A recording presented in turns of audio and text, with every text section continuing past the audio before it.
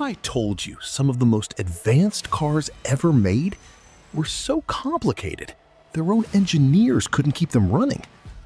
10 cars, 10 engineering nightmares. And every single one of them was worth every headache. Number 1. Let's start with the car that made every other car feel primitive. The Mercedes-Benz 600. 1964. And it already had air suspension, twin heating systems, vacuum-operated windows and central locking, Bosch fuel injection, at a time when carburetors were still considered cutting edge. From any other manufacturer, this would have been a disaster waiting to happen. But Mercedes didn't just build complicated. They built complicated perfectly. The quality of construction on the W100 was so immaculate. World leaders lined up to own one. Dictators ordered the stretched Pullman version. It stayed in production all the way until 1981. Here's the painful part, though. Try restoring one today. Every single system is a puzzle inside another puzzle. Parts are rare, specialists are rarer, and a well-cared-for example will cost you up to $100,000. For the standard saloon, the Dictator spec Pullman, even more. Complicated from birth. Priceless in hindsight. Number 2. Citroën SM. Citroën bought Maserati in 1968. Two of the most unconventional car makers in the world, together in one car. What could possibly go wrong?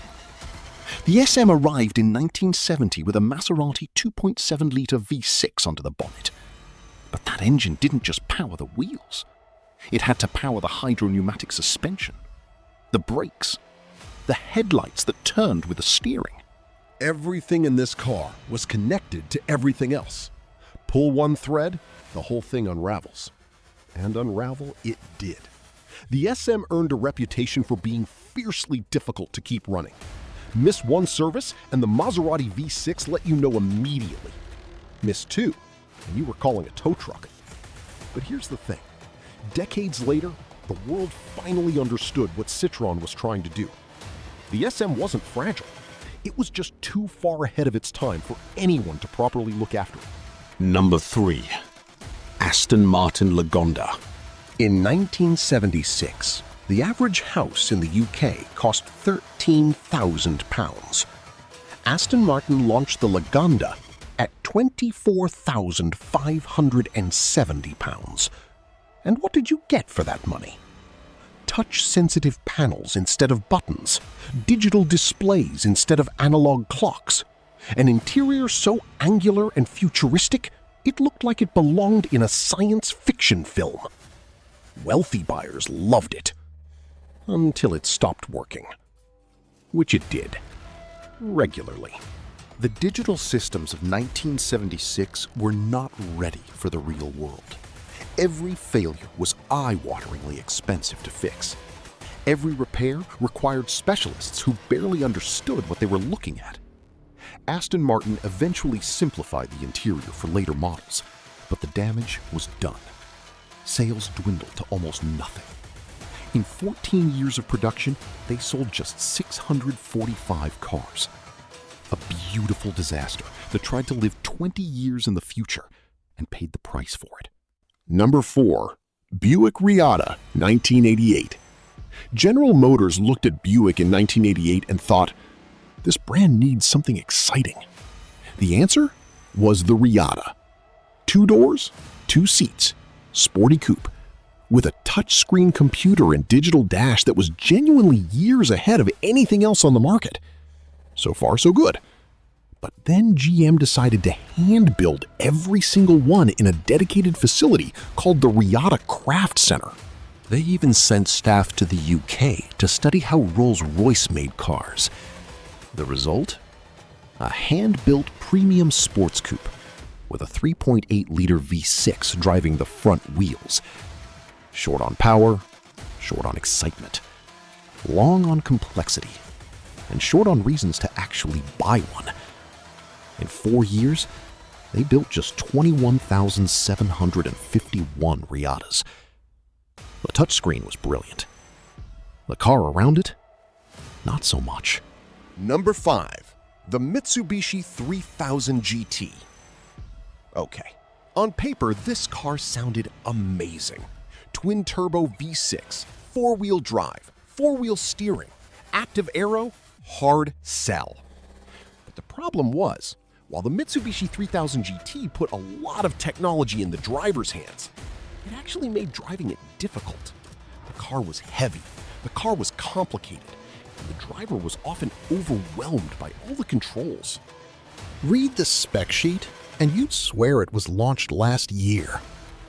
All-wheel drive, electronically controlled suspension, active aerodynamics, four-wheel steering, twin-turbo quad-cam 3.0 V6 with 282 bhp.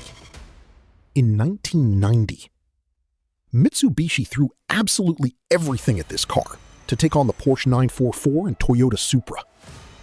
And on paper, they won. But here's the honest truth. All that technology couldn't make the 3000 GT exciting to drive. The dynamics were dull. The feel was numb. A car with four-wheel steering and active aero that somehow managed to feel ordinary. The good news? Today, that insane complexity is exactly why enthusiasts love it. A modern classic with a spec sheet that still turns heads. If you can find someone who actually knows how to maintain one. Number 6. Jaguar XJ220, 1992. The Jaguar XJ220 concept promised everything. Dry sump V12 engine, four-wheel drive, the fastest production car in the world. Buyers wrote checks immediately. Deposits were placed. Dreams were sold. Then, reality arrived. Jaguar had never built a mid-engine supercar before. The V12 was physically too large for a road car. Four-wheel drive to all four wheels proved impossibly complex to engineer properly. So they made changes. Big ones. The V12 became a modified version of the MG Metro's V6. The four-wheel drive disappeared entirely.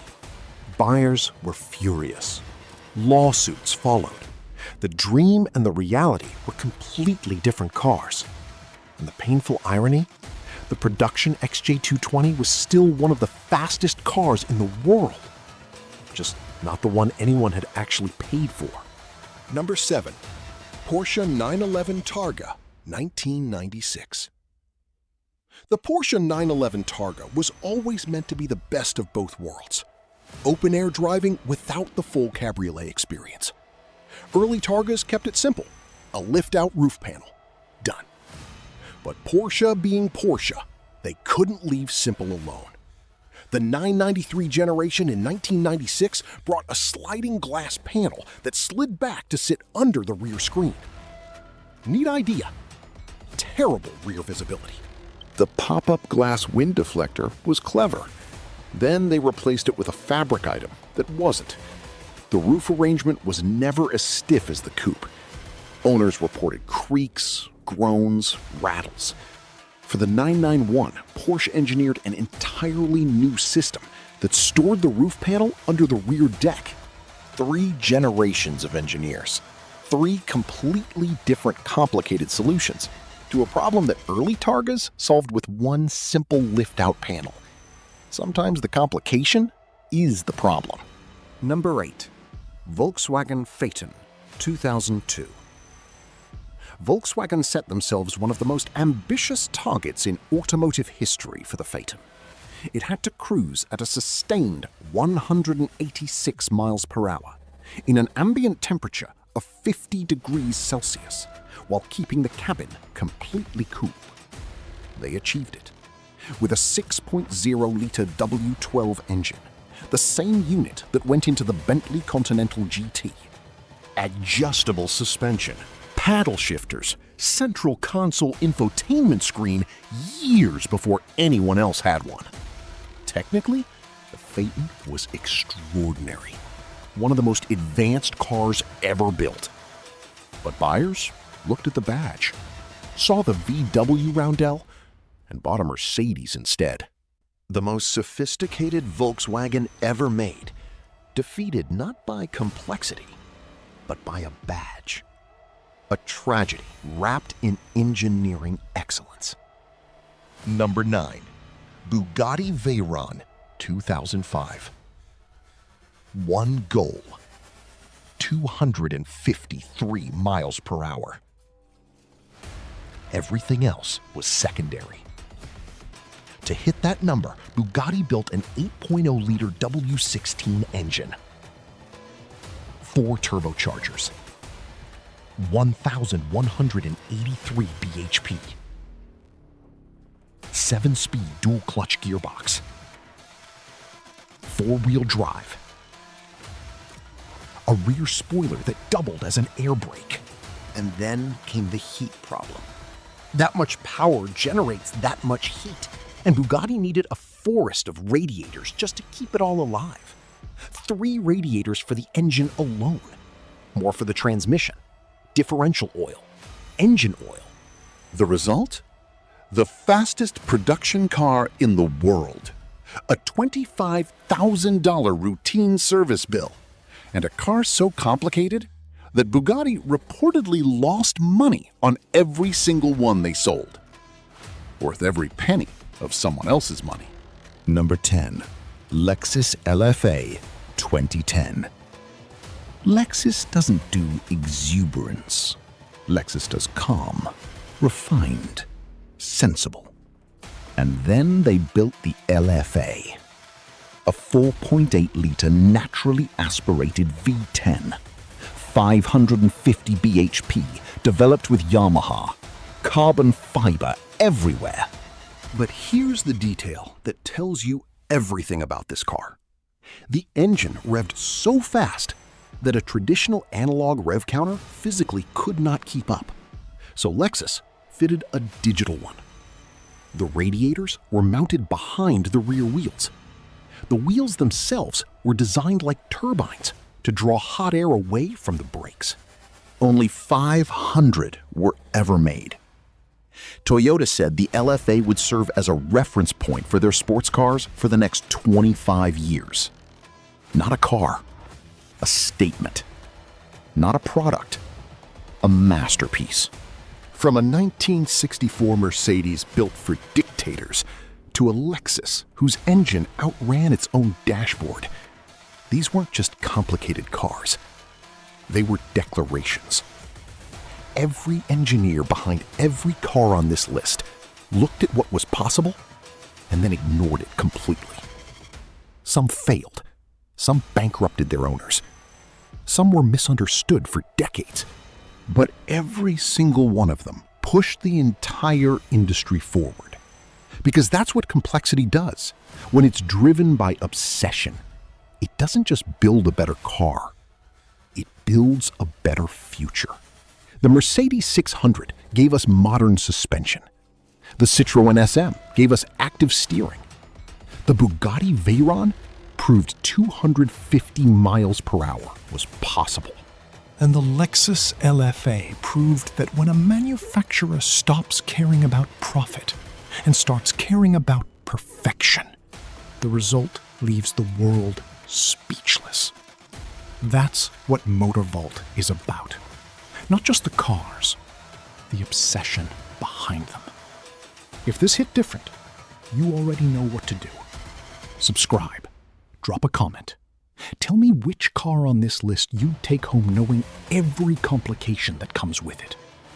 Because the best cars were never the easy ones.